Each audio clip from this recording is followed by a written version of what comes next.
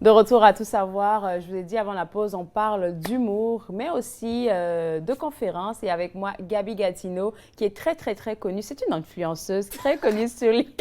Il faut que je le dise, c'est vrai. Tellement connue sur les médias sociaux. Je sais pas, tu as combien de followers déjà maintenant? Je sais plus, je suis rendue à combien, mais là, bon tu me flattes, là, j'aime oui, ça, oui. là. J'aime tellement le travail que tu fais. Tu utilises l'humour pour... faire passer des messages qui sont un peu difficiles à passer normalement. Puis je parlais avec ma précédente invitée tout à l'heure de dépression et toutes ces affaires-là. Et c'est des sujets que toi, tu touches lorsque tu fais des spectacles. Oui, exactement. Je vais parler ouvertement de mon passé en tant justement d'ancienne toxicomane. J'ai consommé de la drogue pendant 10 ans. Ça fait maintenant 7 ans que je me rétablis. Puis, je parle ouvertement de mon passé, de mes erreurs en tant que le stigma des drogués, des dépendants, tu sais, toutes les choses que j'ai vécues, mes erreurs. Puis, je fais de l'autodérision, donc j'aime beaucoup rire de mes erreurs et de moi. Donc, ça l'apporte justement... C'est thérapeutique. C'est thérapeutique pour moi, c'est ça, c'est exactement ça. Mais c'est ça, le monde, des fois, ils sont pas prêts à comme, OK, c'est vraiment intense, mais je suis capable de ramener le public vers moi en les faisant rire. Et tu parles de ton passé. Moi, je le connais un tout petit peu parce qu'on a eu déjà à en parler. Mais pour les gens qui ne savent pas de quoi est-ce qu'il s'agit, moi, je vais leur donner un clou. La dernière fois qu'on a eu à parler, tu m'as mis littéralement comme de l'eau dans les yeux parce que tu mentionnais que ce n'était pas arrivé parce que tu avais voulu comme de toucher à tout ça. Hein.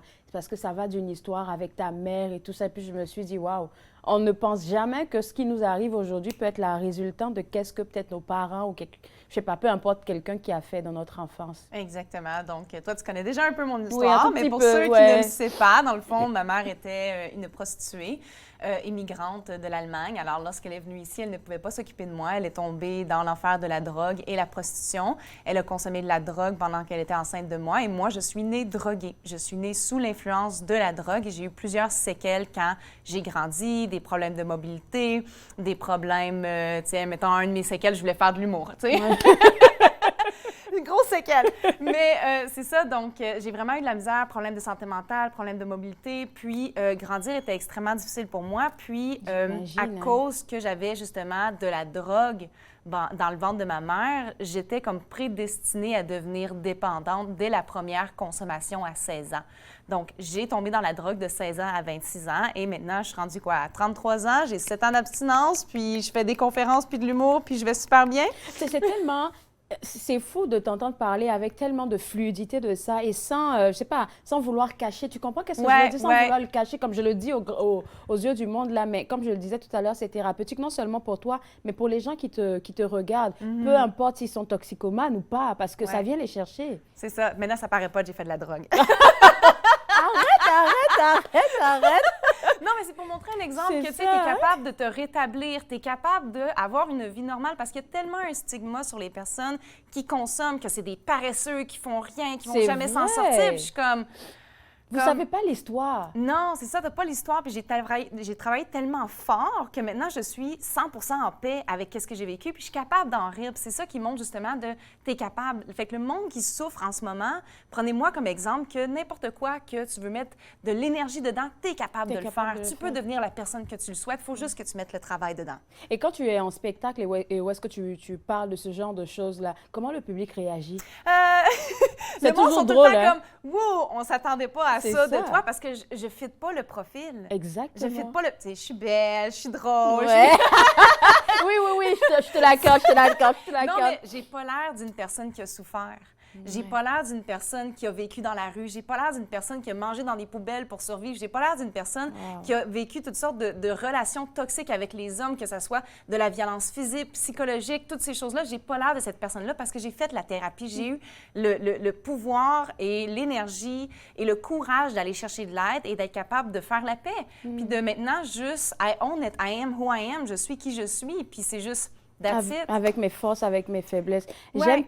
J'aime beaucoup ta personnalité. Pour vrai, là, j'aime beaucoup ta personnalité. Et tout ce que tu as vécu, tu t'es dit, OK, je peux le partager dans mes stand-up que je fais pour le grand public avec l'humour et tout ça. Mais tu le rends un tout petit peu sérieux parce que tu vas dans les écoles pour aller, je vais dire, sensibiliser ces jeunes-là. Et puis, je pense qu'ils en ont besoin. Ils font genre, mais ils en ont besoin. Ça. Donc, moi, je suis rendue officiellement conseillère et conférencière pour Jeunesse sans drogue. Okay. C'est important que je le dise parce que, merci, Jeunesse sans drogue, dans le fond, est un organisme à but non lucratif à travers le Canada. Et il y a plusieurs conseillers, des psychologues, des policiers, des scientifiques. Et moi, je suis la seule qui était une ancienne toxicomane. Et je suis capable d'aller voir les élèves pour leur dire « Hey, moi, au secondaire, ça a été un point tournant dans ma vie. J'ai fait de la drogue, j'ai pas été chercher de l'aide, puis je savais pas dans quoi je m'embarquais. Puis c'est à cause de ces premiers steps-là que j'ai pas été chercher de l'aide qui m'a amenée à consommer pendant 10 ans de ma vie.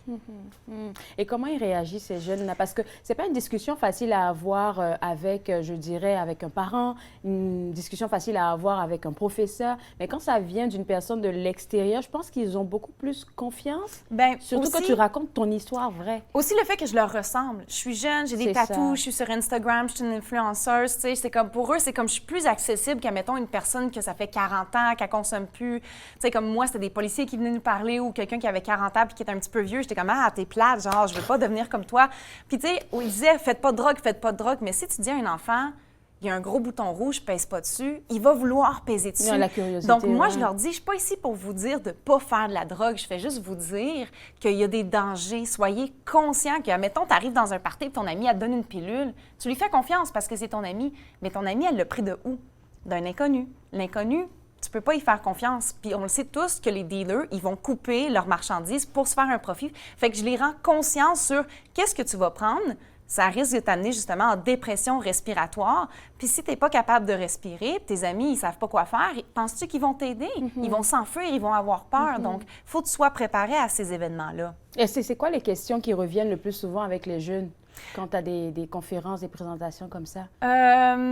Ça va vraiment de tout. Des fois, c'est sur mon passé, les choses que j'ai faites quand j'étais dans la rue. Ils posent des questions souvent très indiscrètes, les Des jeunes. indiscrètes, mais comme, mettons, genre, il y en a un qui m'a vraiment fait rire. La dernière fois que je l'ai faite à Nouvelle-Frontière, il était comme « Madame, c'est quoi la drogue la plus safe qu'on peut prendre? » Mais là! Ça fait 1 heure que je te dis que c'est pas bon la drogue, puis là, toi, tu veux savoir c'est quoi la plus safe? Je peux pas te répondre à cette question-là. Ça va à l'encontre de mes principes, mais j'étais comme, tu m'as mis sur le spot, là. Ça. Ils sont tellement souvent... En fait, ils vont te chercher. Ils vont te chercher, mais je pense que pour toi, ça doit être aussi je sais pas, un ouf de soulagement ou bien une lumière que tu as, qui s'allume au-dedans de toi, le fait tout simplement de pouvoir discuter avec ces jeunes-là. Parce que j'imagine que faire du stand-up et aller dans les écoles, c'est 2 choses très, très différentes. C'est très différent, puis c'est tellement comme nourrissant dans les 2 manières, que je sois sur le stage en train de raconter ma vie puis faire des jokes, que de parler de ma vie sérieusement en faisant de la prévention. Les 2 me nourrissent, les 2 me font du bien, les 2, je suis à ma place, puis je sens que je fais vraiment comme la bonne chose en faisant de la prévention des 2 côtés. C'est ça. Un qui est avec les jeunes très sérieux, « Hey, fais attention, tu risques de tatati tatata. » Puis les vieux sont comme « Ben, je sais que vous faites de la drogue, là, mais comme... c'est ça. » Tu sais, ils sont comme « Oh, wow! » Écoute, tu t'es pas arrêté là, ou du moins, tu as commencé depuis longtemps ta carrière, mais ça t'a tenté d'écrire des livres. On en a 2 ici. Maman, c'est quoi le privilège blanc? Je vais le montrer à la caméra. C'est là, ici. Maman, c'est quoi le privilège blanc? Et deuxièmement, Maman, c'est quoi un immigrant?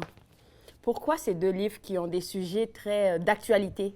D'actualité dans le sens que c'est des livres que j'aurais aimé avoir quand j'étais jeune. C'est des sujets que je trouve que j'ai manqué d'éducation à l'école ou avec ma famille, parce qu'eux, nécessairement, ne connaissaient pas le privilège blanc. C'est pas quelque chose, c'est pas un sujet qu'on va aborder entre blancs. C'est souvent malaisant. C'est malaisant, non, ça n'existe pas, mais non, on est tous égaux. Mais de quoi tu parles? Tu sais, on est vraiment dans le déni au début quand on commence à en parler, puis éventuellement, j'étais comme, oh, je le vois, je sais c'est quoi maintenant, puis une fois que j'ai été capable de comprendre, j'ai voulu l'expliquer puis avoir des conversations justement avec les personnes autour de moi.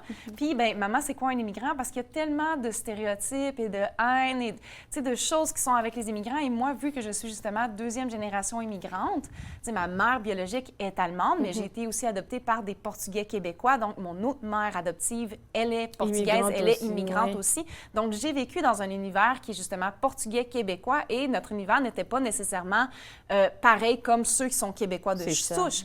Alors, tu sais, j'ai vu des stéréotypes, des questions stupides, des choses que comme le monde font comme « Ah, les immigrants, ils travaillent pas. » T'es sûr? Parce que moi, c'est les personnes les plus travaillantes que je connais.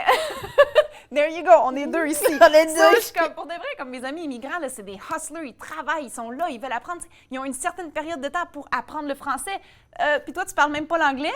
Comme... Revois un peu ta définition. C'est ça. Fait que il y a des conversations à avoir. Puis tu sais, aussi, à la fin, c'est une genre de prise de conscience sur... C'est ça. À la base, on est tous des immigrants.